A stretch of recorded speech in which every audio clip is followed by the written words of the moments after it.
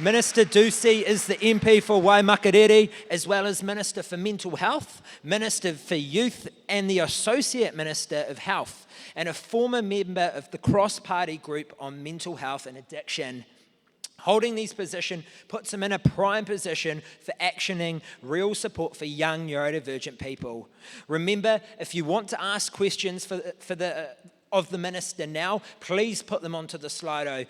Please welcome the Minister again. Cheers. Thank you. I'm Tom. Nice to meet you. Thank you. Kia ora koutou, tēnā koutou. Look, good afternoon everyone. Lovely to see you all here. I was just mindful when Tom introduced me and said a former member of the Mental Health and Addiction Wellbeing cross-party group, it might have left you with the thought that I was kicked out. But I wasn't. Just becoming the minister didn't allow me to stay with that group. But I just want to acknowledge the group and its work that it is preparing to do in the space of neurodiversity. If I could acknowledge my colleagues, I've got Lawrence there, Ingrid, I think Chlöe might be around here, is she? Yeah, that's good. Chlöe brings younger MPs like me along to support older ones like her, to help her out. Look, I know it's hard to believe, but I was young once, and I started the first cross-party mental health and addiction and wellbeing group with Chlöe and Louisa Wall at the time from Labour, because we believed we wanted a bipartisan approach. And I'm glad that, to read in the notes, that's what you're calling for today. And I welcome that as well. Can I acknowledge my good friend and colleague, the Honourable Nicola Willis, Minister for Finance and the Minister for Social Investment as well. And those of you who heard Nicola speak at the forum that Chlöe organised around ADHD, you'll know how passionate Nicola is in the space as well. So thank you very much for showing your support today, Nicola, and being here as well. And look, when you look at the theme, working together to change the game, I mean, look at everyone here today. How good is this? And it is important that we are working together, because the reality is, and I heard it already in some of your speeches, the way Parliament and government is formed is that we do and potentially work in silos.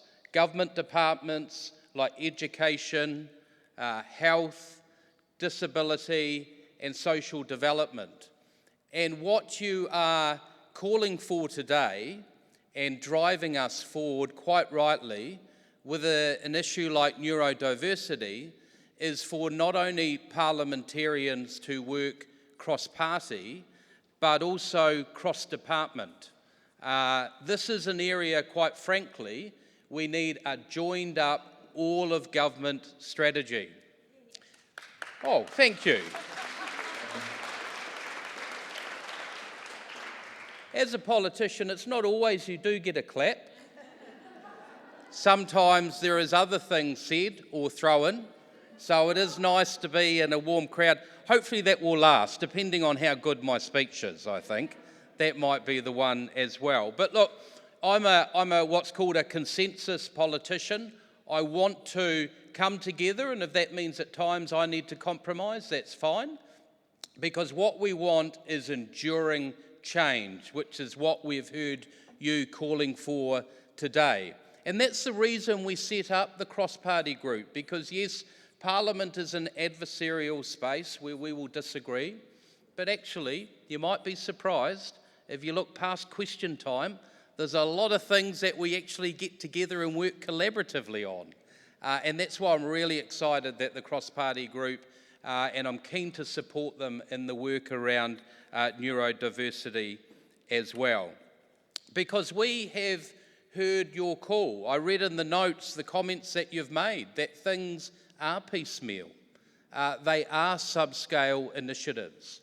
And we need to ensure that we have that joined-up strategy to drive an all-of-government approach. And not only am I New Zealand's first mental health minister, and let's be very clear, just giving someone a job doesn't make a difference. Nothing's changed because I've got a job. Clearly, it's what we utilise the role for. But actually, I'm the first minister with a neurodiversity delegation, which shows how this government wants to focus on those who are neurodiverse to ensure that we provide better outcomes for you. The Honourable Nicola Willis, who's here today, is responsible for social investment. A social investment approach is ensuring that we take an all-of-government approach, but actually we get better outcomes for people. Because when I heard the last speaker reference the statistics, that 1 in 4 women with ADHD attempt suicide, 1 in 3 autistic people are unemployed, 50% of prison inmates have dyslexia and 25% ADHD. That is just not good enough. And I don't for a second think that anyone planned for that. The problem is no one's planned. And that's how we find ourselves in this predicament today.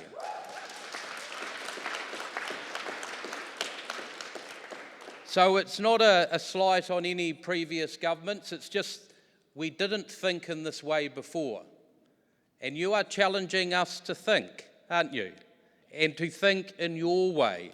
And that is what you're asking, and we hear that call as well. I know you're looking for better connection with government and ministers, and I can give you that commitment today that we want to engage you as important stakeholders of this community to advocate for the wider neurodiverse community in Aotearoa, New Zealand, because it's impressive to see 300 or so young people here today, but as we know, there's many young people who might have liked to have been here today, but for a number of reasons couldn't make the trip. Who's actually the first time in Parliament today, in the Beehive? Welcome. That is brilliant. It's exciting to see new people here and introducing you to Parliament, because this is your place and we welcome you coming here to have your say as well, because we want to listen to you, and that's what part of today is about. And when I think about sort of putting this in some sort of focus, it is thinking about that continuum of better identification, screening and assessment, better coordinated support, and what's most important is inclusive environments. So we want our young people to go through life with opportunities to be the best they can in school, to be the best they can in employment as well, and to take the opportunities ahead of them as well. And if that means a government has to look at doing things differently and think about how we do things differently, then we're up for that. And I know, in fact, from the representation we've got today across all the parties in Parliament, that I know Parliament's up for that as well, which is quite exciting. Look, in conclusion, because as you've seen, I get given a few notes, but I'm kind of go all over the show. It's the nature of it is. One thing I wanted to reference, which is very powerful, I've heard today, and I know it's important in your community, is the power of lived experience. It is important that lived experience is heard, but lived experience informs decisions that are made in this place.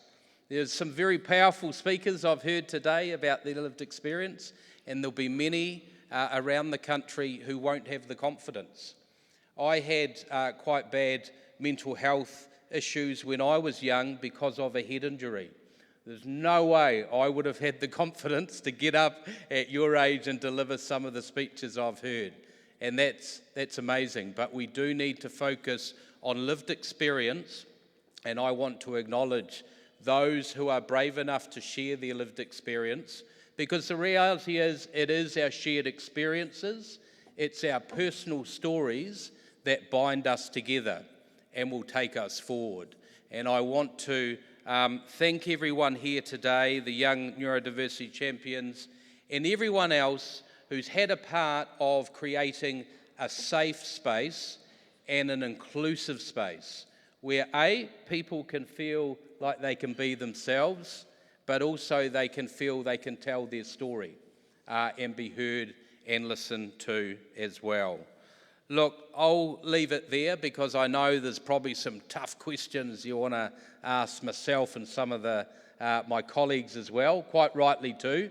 Hold us to account, because that's what we should be held to account as parliamentarians. But look, I just want to acknowledge today, it's an important day, and when we think of the work largely Chlöe led around ADHD and came up with specific recommendations, specific actions that are now located within my ministerial portfolio to hold officials to account in making real change, that's what we want out of today as well. Real clear actions, recommendations that we can drive forward. Yep. Strategies are good, working groups are good, but actually let's just get the actions and pick them off one by one as well. Tēnā koutou, tēnā koutou, tēnā koutou katoa. Thank you very much.